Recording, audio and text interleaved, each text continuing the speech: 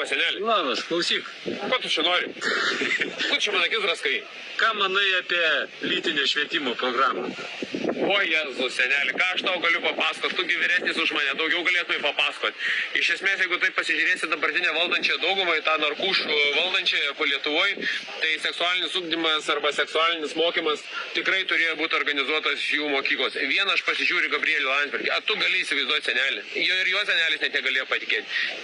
Įsiuntė jį kažkokią tai krikščionišką stovyklą, o tengi pasirodė senoji Morta, dabartinė Austėja. Jį pakuteno vieną vakarą ir jam 17-mečių vaiką užtaisė. Ką tu galvoji? Nei prokuratūra iki teisminį tyrimo nepradėjo už santykiavimą su nepilnamečiu, nei nieko. Tai va būtent tokiem žmonėm ir turi būti taikomas seksualinis ugdymas. Jo, aš nekalbu ir apie Šimonytę. Tai jau tai išveisenai reikia turėti būti ugdymas. A tu gali galvoti, seneli, kad pirmą kartą Lietuvos istorijai premjeras aiškintų, kad vyras su vyrum